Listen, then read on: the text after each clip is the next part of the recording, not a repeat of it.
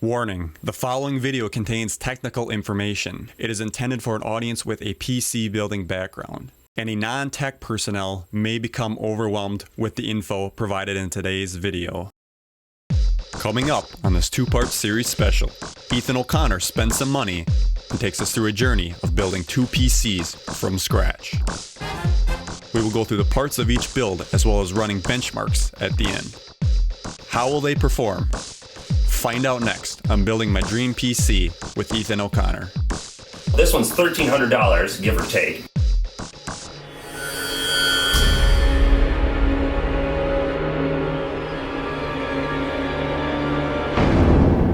Welcome to the show. Very special edition here. Pretty excited. Ethan, what is all this stuff here? This is going to be Andrew Hofeld's new computer. So you bought all this shit for him? Not all of it. He paid for some of it too. Okay. But we got some parts here, we have the channel, we're trying to get big or whatever, have fun. Somebody who's going to spend $5,000 on a camera, the least I can do is have him have a computer that doesn't take him 8 hours to render a 30-minute video. So this is build one of two, is that correct? Yes. Okay. We're going to be building Andrew Hofeld's computer, and then we're going to be building my personal computer. And that's going to have like double the speed that this one has, right? Yeah, it's a little bit overkill, but we'll get to that later. So let's focus on this one. So all right, what do we got here? We have a Corsair Spec 3 case. It's pretty awesome. It's like $64 when I purchased it. I mean, it's all aluminum. It's nice. It is a little small, but it's the perfect range for what he's going to be using it for. It has all the features that I'm looking for. It has enough PCIe lanes. It has enough storage. Now, off the bat, I noticed a few things on this case. Yeah, what's up? So what are these nice little...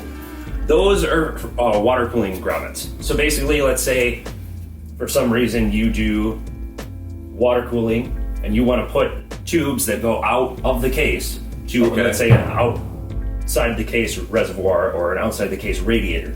That's what you can use them for. Oh, nice. So it's pretty cool, but I will tell you right now, if you can't put your water cooling inside your case, you probably shouldn't be doing that. Yeah. I'm just saying. There's a lot of different things that you can choose from. There's a lot of different options out there. There's really no reason that you couldn't be putting it inside the case. Right. Now, as I said, this is a small case, so we're going to be limited a little bit, but we can make do. All right. Well, what else we got here? There's a couple things. You got two USB 3s on the front. You got your reset button, your power button. You got headphone jack, microphone jack, and then your hard drive usage light. Okay. I mean, it has everything that I'm looking for his case. And it was cheap. I mean, and the fact that it's all aluminum even makes it better. For a $64 case, that's awesome. Yep, light, and you can carry it around. And yeah, which is pretty cool. All right, so I guess we'll just start out with the motherboard. Now, for a rendering or gaming computer, this motherboard might be it's not necessarily overkill, but the aesthetic is good. There are tons of good reviews on it. And he's going to be using it, as I said, for rendering and for gaming. So it gives him a lot of features that are going to be great for what he's going to be using it for. So these are DDR3, correct? Yes, this is a DDR3 and then motherboard. So you got two PCI 16X lanes, and then you got three PCI 1 lanes. Okay. It's a LGA 1150 socket, which is going to be running 4790K.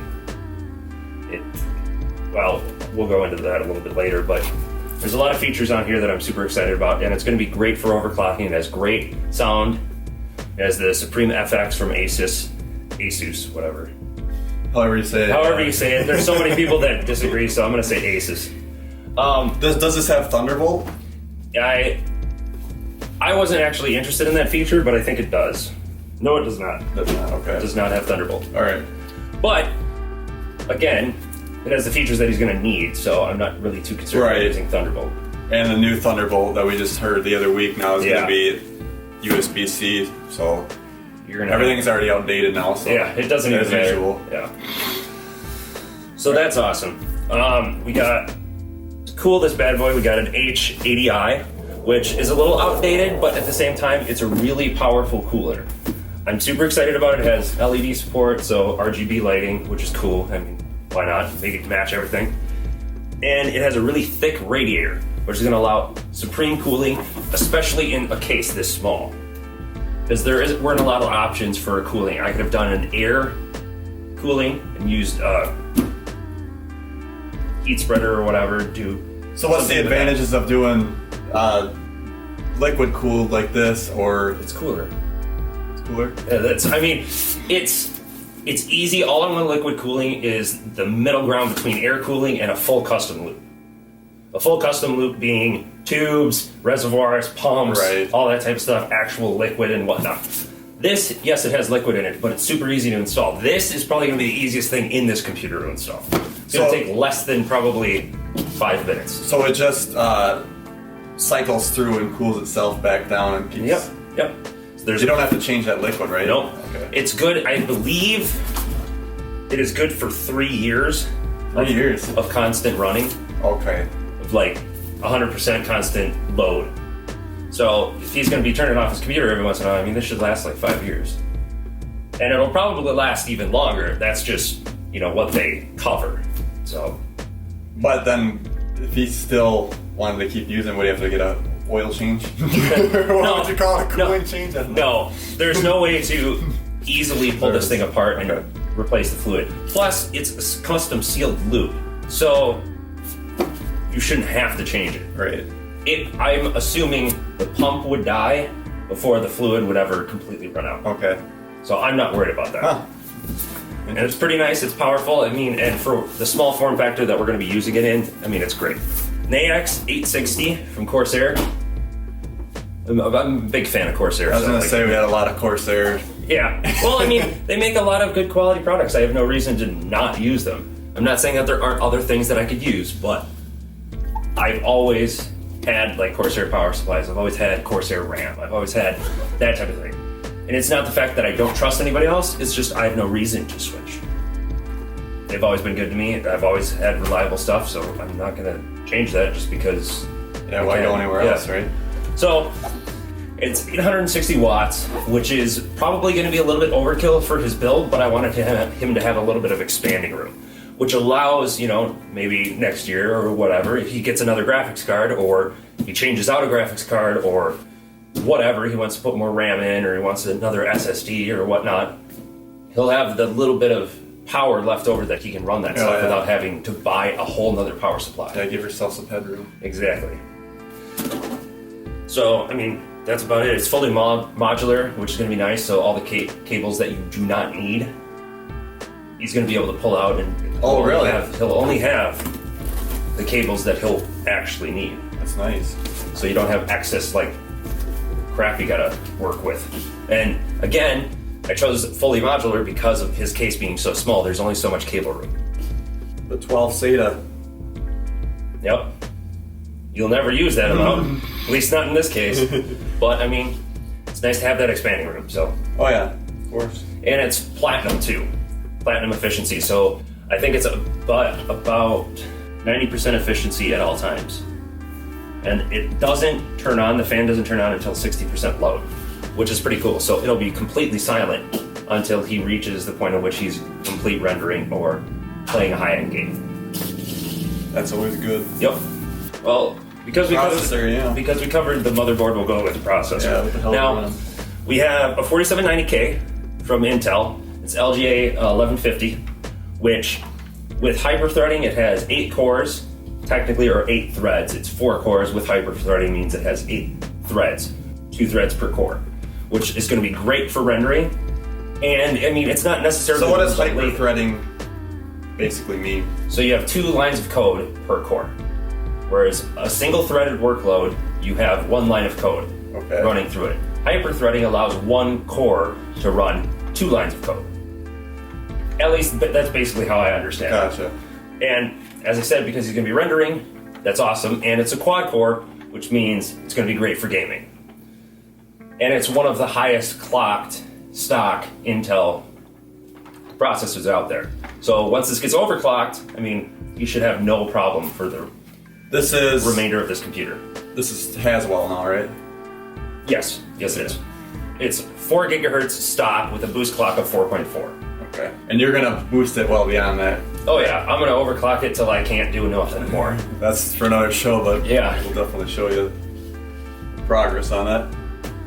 Okay. So, along with that, since we went with the motherboard, we'll talk about the graphics card. Now, this, as we don't have the box, as you can probably tell, this is a GTX 970 from MSI, and it's a great card. I've been running this in my personal system, except for the new one that I'm about to get. I've been running this in it for about 8 months. How many gigs? It has GDDR5, and it has 4 gigs. 4 gigs. Now, I know for a fact, and I know there's going to be people out there that are going to be like, well, it's technically 3.5 with a really slow 500 megabytes or whatnot. You're right. But for 1080p gaming, this is overkill. There is no reason that you would need anything more than this. Not saying you couldn't use it, especially for rendering, he can use it for CUDA, which is great. But, again, he's using a 1080p monitor, I'm not really too concerned. Yeah, with the Mercury playback engine on Premiere, you can definitely boost up your performance on that. Yep, and this is very power efficient. The Maxwell architecture that is the 900 series, including the Titan X, is very efficient.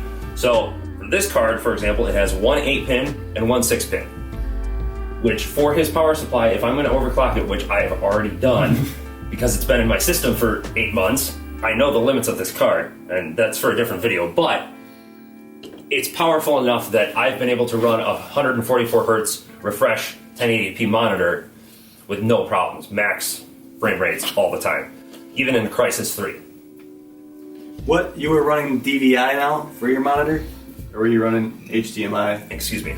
For this one, Yeah. in my system, I was running DVI, Okay.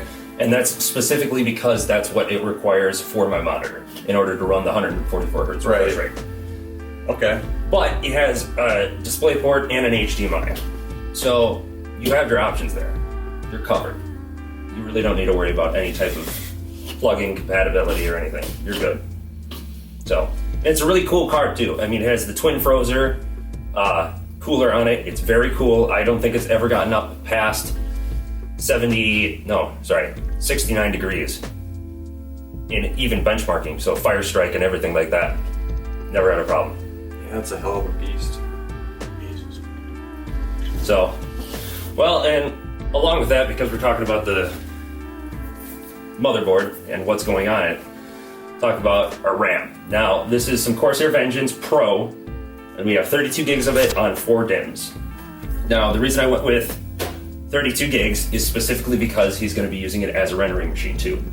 So he can offload some of this onto his RAM, which is cool.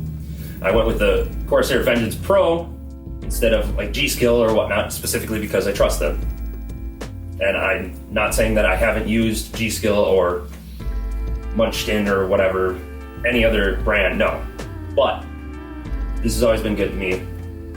I have no reason to change. Is it more spendier than the other type of RAM that we have? Yes, this was about, let me think. I think I spent $269 on that for the 4 DIMMs. Okay. And it's DDR3, which yeah, it's outdated now, but it's still fast enough, and it's 2400 megahertz. So there is going to be a little bit of overclocking involved, but I'm not too concerned about it. It's going to run perfectly for his system. It's just like a weird design that it's got. You know, I'm used to the RAM chips being more like you can see everything. But Oh, yeah. yeah, this is all covered up. Yep, it has a heat spreader and whatnot. I mean, it's all about aesthetics and whatnot. The reason I went with the Corsair Vengeance too is because it's red. It matches the rest of the build. Oh yeah, a nice You gotta- little theme going. Yep. I'm not gonna start putting blue and pink and green all together and yellow, and it doesn't make sense. It looks ugly. Oh yeah. So you might as well make Spaceship it or something. Yeah. No, we don't need circus in the computer. Fan-wise, we have some Cooler Master Jetflo 120s. Now, the reason I went with these is one, LEDs, because, well, LEDs are cool. He wants a red case. I'm like, well, why the fuck not? Do it. Second thing is it has a really high CFM, which is awesome. So it has What is CFM? cubic feet per minute. Took me a second. Okay. So it has 95 cubic feet per minute, which is awesome because it allows him to have great airflow throughout his case, being it's so tiny. And with hot components like his graphics card and his processor, I can also replace the the stock fans on the H80i with these, and it'll actually perform even better, which is great. They are PMW, which is totally fine, and as I said, they have sound dampening material on them. It's great. I have no reason why I wouldn't have chose these fans. Now we'll go on to storage and the rest of the build, which is kind of boring stuff, but whatever. We got Windows 7, 64-bit Pro.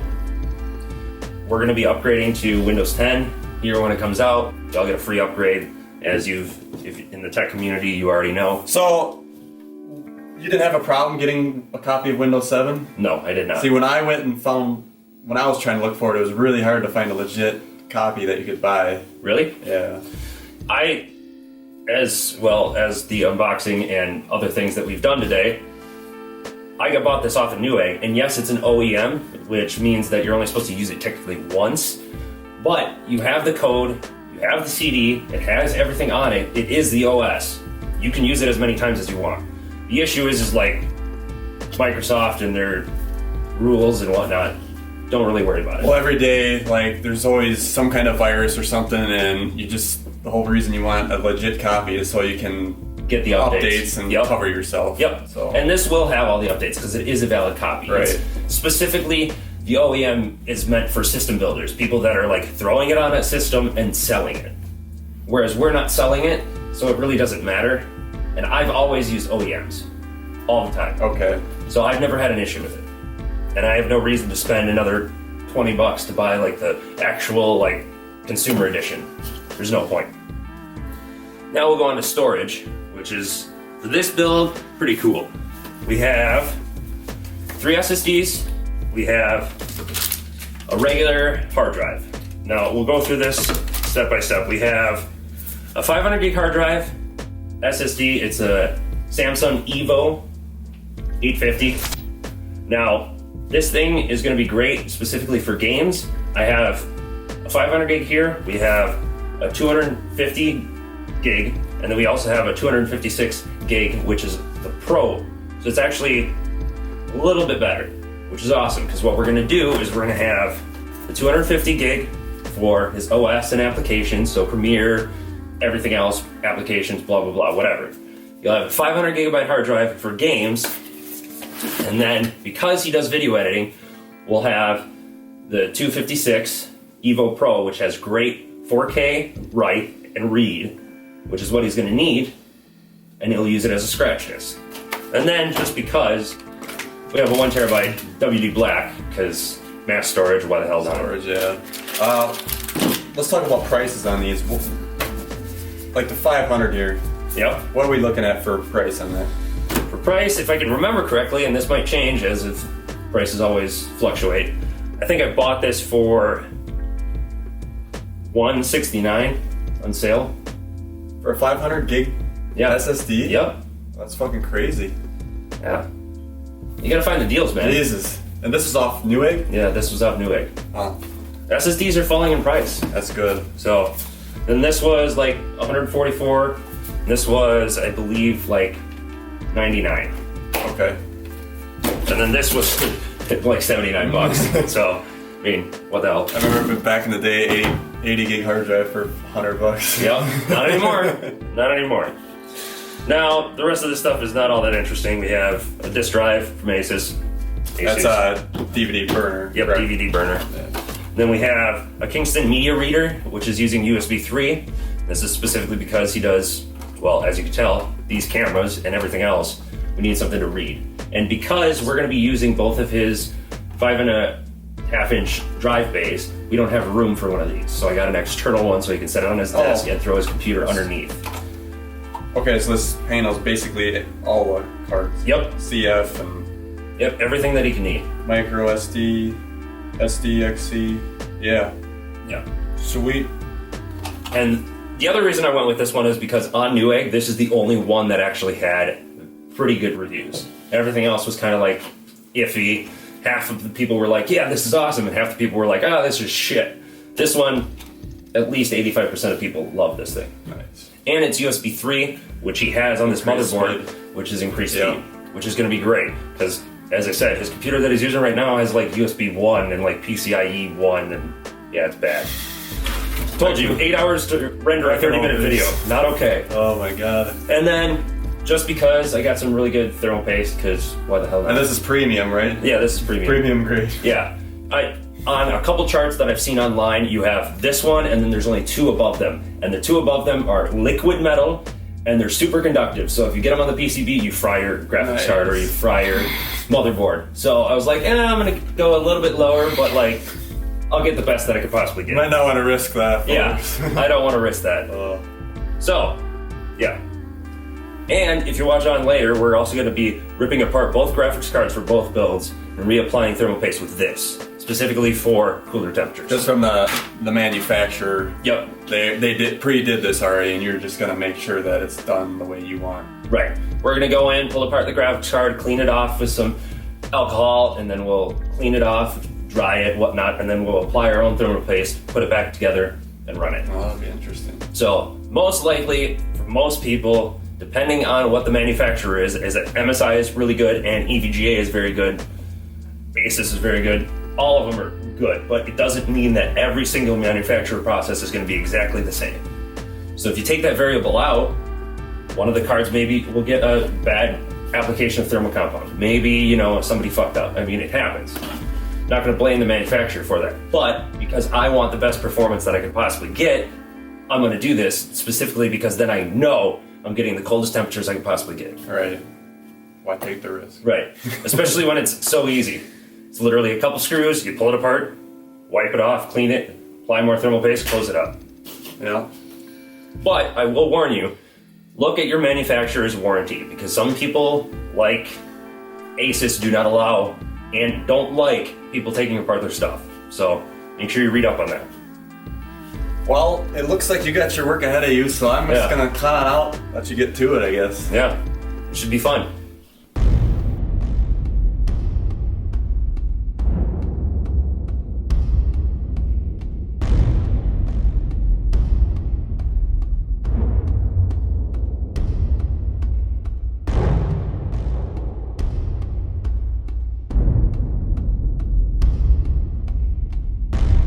Look at that sexy.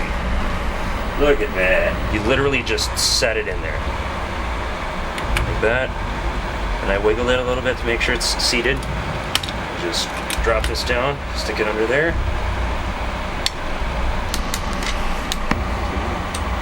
Drop it. Done.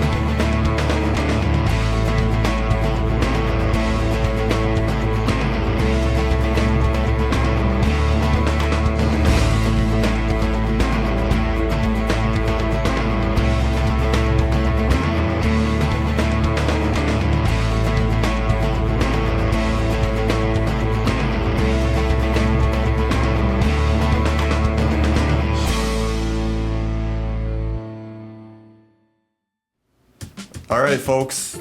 It's been a few weeks. Ethan, how is this going for you? Good. They're all done. Everything's taken care of. They're performing great. I had a little bit of issues with some of the parts, but as of right now, they're beasts of computers.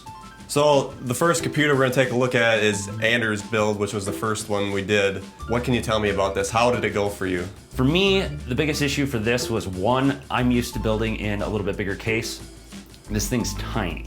And for me, there were a couple of times where I had to pull entire components out. Put it together, put it together, take it apart, put it together, take it apart, which kind of sucks, but I got it done right, which is what I was more concerned about. So other than the space, the CPU cooler that we did try to use, which would have been AX860 from Corsair, ended up failing on me when I took it home to work on it some more. How did you know it failed? Well, there's a couple warning signs. One, when the CPU starts overheat.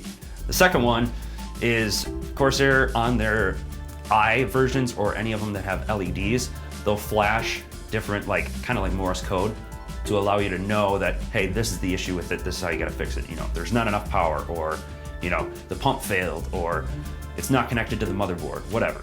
So both happened. It shut down on you, and then it didn't shut down on me didn't. because the problem is because it's a liquid cooler, the fans were working, it was pumping through the radiator, but the pump wasn't working. So like it would kind of circulate via just gravity, but there wasn't anything getting the hot water from the radiator to the pump through to the other side of the radiator to cool it down. Okay.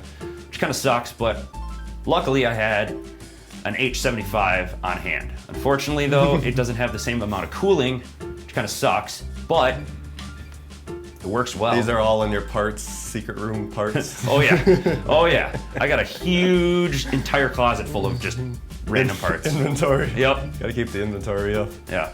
All right, well, let's run through some benchmarks, huh? Let's show me the SSD performance that you got on this thing. All right. Now, there are a couple different ways that you can do this. I'm gonna use Samsung's Magician. Now it's a little biased because it's Samsung SSDs for the Samsung benchmark, but So you think they kind of cheated the numbers a little bit? well, the algorithms that they use in the SSDs that they make, they know that. It's not running on a generalization that some of like the other SSD benchmarks or just hard drive benchmarks would have. So I would take these with a grain of salt, but I've run a couple different ones and it's only off by like 5%. Okay. So, I mean, it's still pretty good. All right, well, let's see what we got. So first we'll run the performance benchmark on the boot drive, which is... This boot drive is the fastest one you got, right? No, It's not. it's not the fastest one in the system, but this is the one that he has all of his OS and all of his programs on. Okay. So we'll run that quick.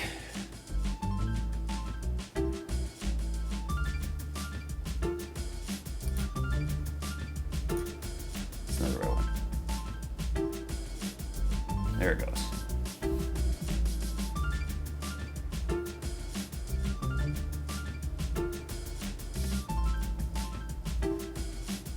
See, I'm used to the black magic, so I don't know if the numbers are different. So sequential read, 551. Okay. Sequential write, 532. And then you got your random IOPS. Now, as I said, it's a little bit biased, but like at the same time, this is Okay. pretty damn good. And using the SATA 6 gig that we have, SATA 3, this is almost maxing out what these drives can do. The network special before this, I ran a test on my RAID system. This is about the speed I was getting through the Thunderbolt. So, Yeah. yeah. And that's disk drives, right? Yep. That was spinning disk. 3 or 2? 4. Four? RAID 5 and Thunderbolt. Well, it's Thunderbolt 2, but I got it running through Thunderbolt 1 on the computer. So, Oh, I gotcha. Yeah. so it's actually capable of faster speeds yet. Yeah, I mean, as I said, SSDs are the way to go. Yeah. All right, now we'll take a look at the scratch disk that he uses. So, let's And see. this scratch disk is for when he's doing editing. Correct. And okay, yeah. It's the Samsung 850 Pro, which has a little bit higher read and write speeds, but it has a lot more random IOPS, which is what they would use when you're, like, say, scrolling through your videos or editing and that type of thing. That way it's as fast as Right. you can possibly get without doing some sort of RAID 0 or something like that. So we'll run the benchmark on this.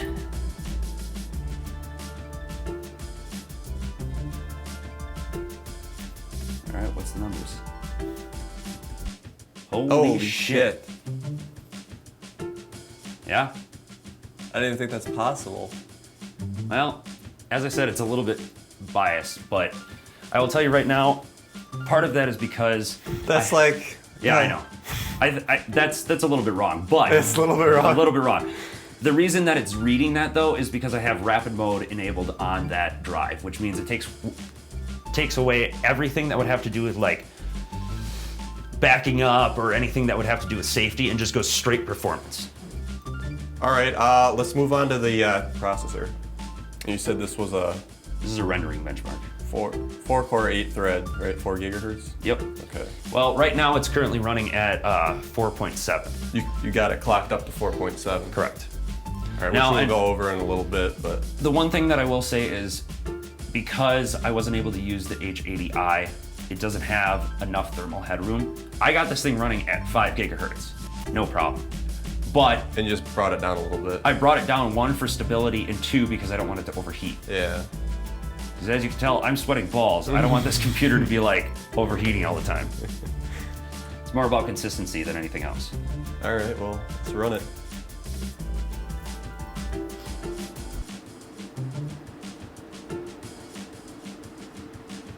Should definitely kicked in on high gear here. Oh yeah. As I said, it's a little tiny box. It has tons of heat in here.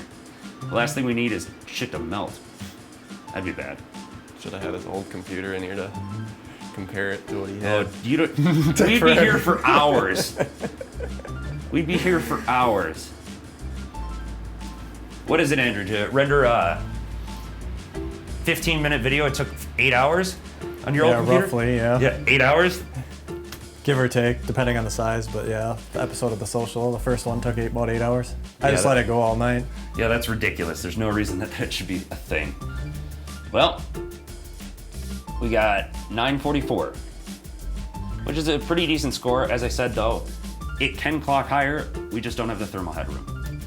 We still had a graphics card test, right? Yeah. Let's go ahead and do that. All right. This is a 4 gigs graphics card. 4 gigabytes, yes, but it's technically 3.5 with 500 gigabytes of really slow memory. There's a big fiasco with NVIDIA. Don't even worry about it. Now, what are we using here to test this? This is Haven't benchmarked using DirectX 11. does this come from what company? Unengine. Okay.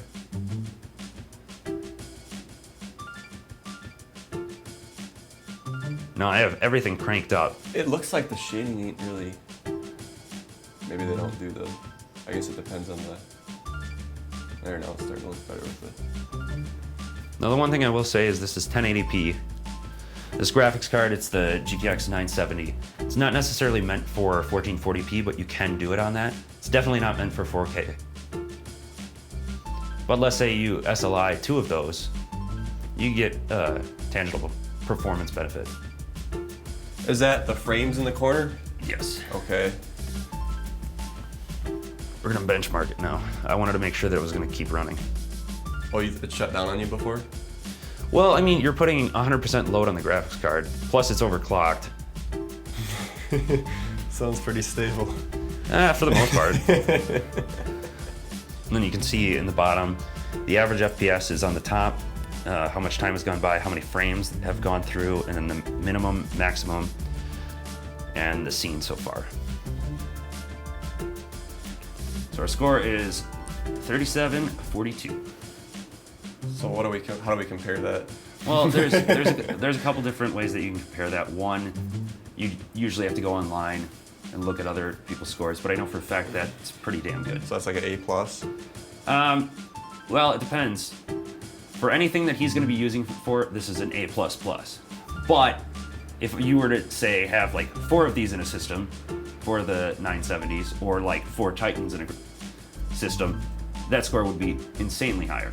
Take me through, how did you overclock this thing? Let's see how you did that. All right. Because I'm curious, because I've never really done it myself. Well, there's a couple different ways to do it. The easiest way that I will say is with Asus motherboards. They have the AI suite, which allows you to overclock it via the motherboard will just do it for you. This, where'd you get this? Then it was on their site, or? You can either download it off their site, or you can use the install disk Okay. that comes with the motherboard.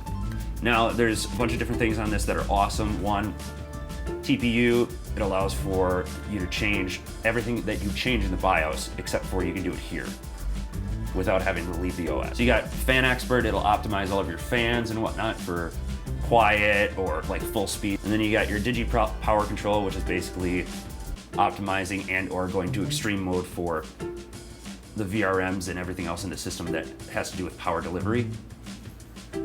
You have your Turbo app, which is basically optimizing the bandwidth from your LAN port, so the internet, and then optimizing it for a specific program. So let's say you want to watch nothing but YouTube videos. You can optimize it so that every single packet that would come from Google is the first thing that comes through your system versus like updates and all that stuff, which allows for really, really fast transfer speeds. Yeah, that's pretty cool. Interesting.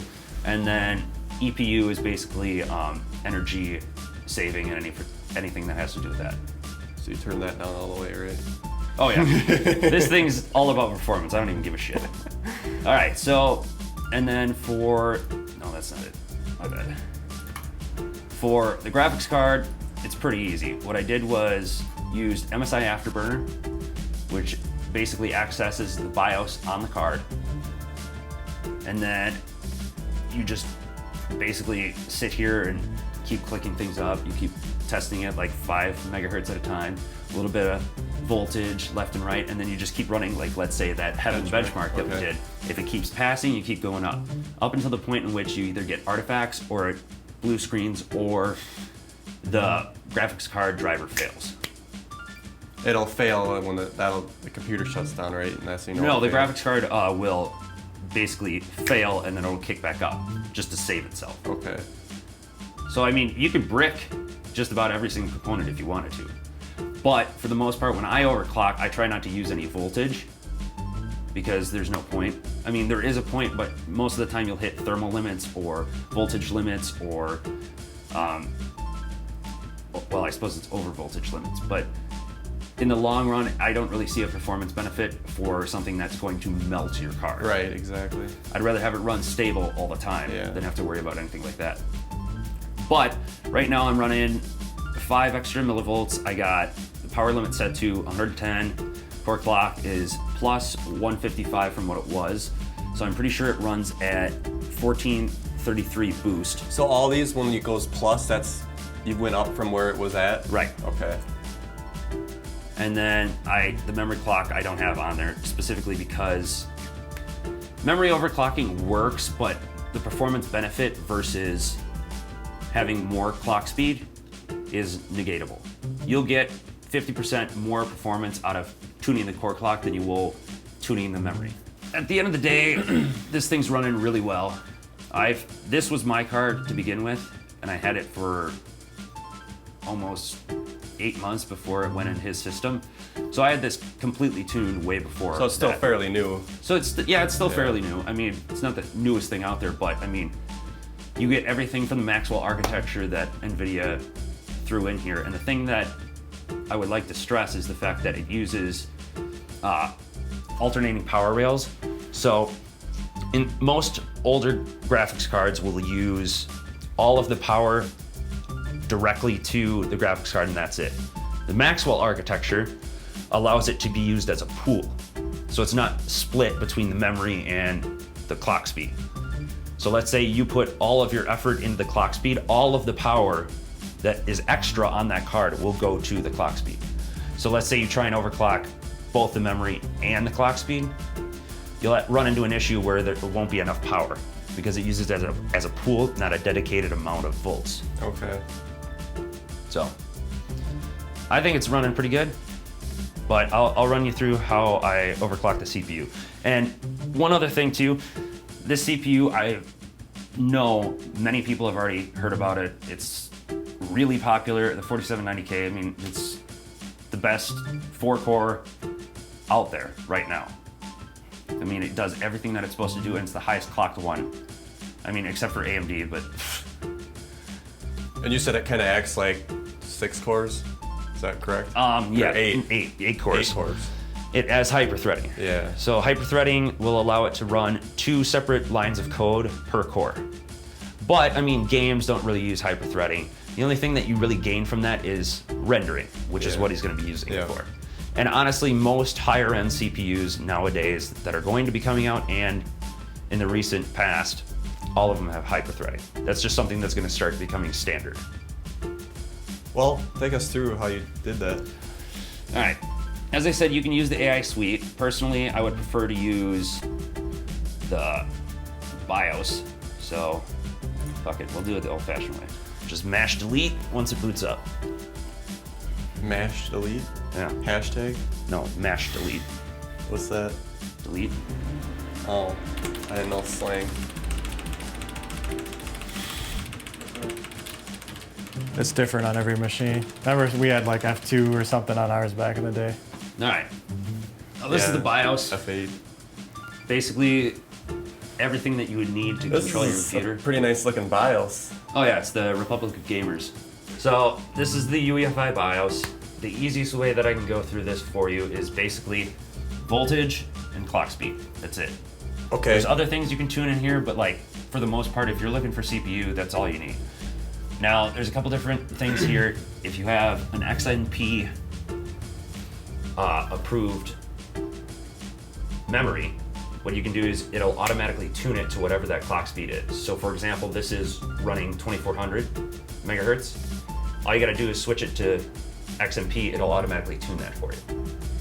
Now, higher performance metrics via like, let's say anything above 266, 2666, I apologize, and up for clock speed on RAM, it'll actually change the CPU strap here to something else, which means that the multiplier is gonna be, it's gonna be 100 times whatever number you have in the core. Okay. Does that make sense so far? I'm not so tech savvy here, but I'm sure the viewers All right. understand better than I do. So for this one, as I said, I've gotten it to 5 gigahertz before, but because there isn't enough thermal headroom, too bad.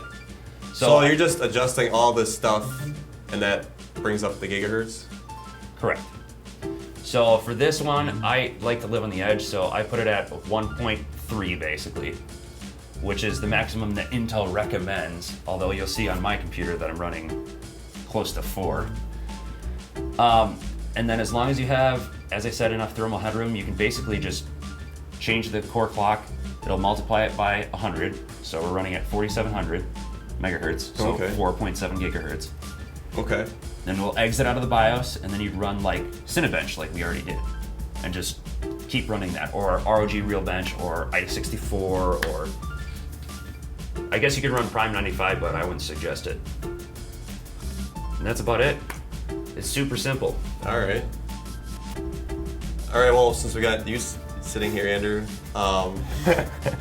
so how is this comparing to your new computer? How's Your old performance? computer? Yeah, it's working like a dream. Like, it's just fast. Boots up so fast. I haven't had a chance to really try any editing with it yet because we haven't had anything to edit. But the next episode of the Social Fix, I'll be able to edit that. It's gonna be fast. It's gonna be nice. It took me, like he said, it was 8 hours to render the first episode of the Social Fix. I just set my old computer on and I just went to bed and wake up, and then you find out something was wrong with it because I could hardly watch it, just watching it. Oh, through. yeah. So then I had to fix it and then re-render the whole damn thing. How again. old was your last computer? When did you get that? I think we were living together. Weren't we? It had to be like, I kind of want to say like 07. It wasn't too long after I was out of high school, I don't think. Sometime between 2005 and 2007. Was it custom built? Or did you just... No, I just ordered it on the Dell website. Okay, yeah. So. You haven't ran any games on it or anything yet? I have ran DayZ, crazy. settings maxed out, and I was running a game capture device. I run OBS to capture my game footage now. I was running that on my second monitor. I was actually able to see what I was playing on the one monitor while recording it at 60 frames a second while I had the other one up running maximum settings. And I didn't didn't lose 1 frame while I was recording. Damn. Which is pretty awesome. And that was 1080p recording? Yep, 1080p, 60 frames a second. So it's pretty much maxed out. OBS wasn't quite maxed on the quality, but you get it to a certain point where it's kind of acceptable and you just leave it at that. You go too much and it just gets to be kind of excessive. Yeah. So Yeah, file sure. sizes get large. So That's true, very true.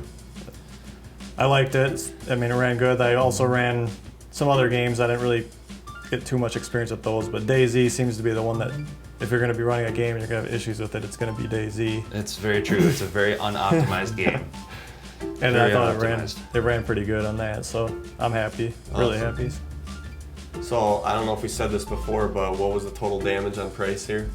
For this computer, Yeah. well, I mean, there's a couple components, as I said, like the graphics card was already purchased. That was just Correct. thrown Yeah. in there, no problem. Total, I would probably have to say $2,500 minus that graphics card. problem is this shit gets outdated, and this is probably just as bad as your old computer in 10 years, 7. Oh, definitely Yeah. 10 years. Yeah, It'll probably be worse in like 5 years. The tech curve as you go on through time, it seems to get more steep Yeah, and it's steep. really So, jumping, Exponential. yeah, just like you said, yeah. especially with 4K and all that good Yeah. stuff. Which I'm excited for. So yeah, that's about it. Join us next week as the building continues. Ethan spares no expense on his own personal computer. What are we looking at for price with all this stuff? Probably like 5,000. Holy fucking hell.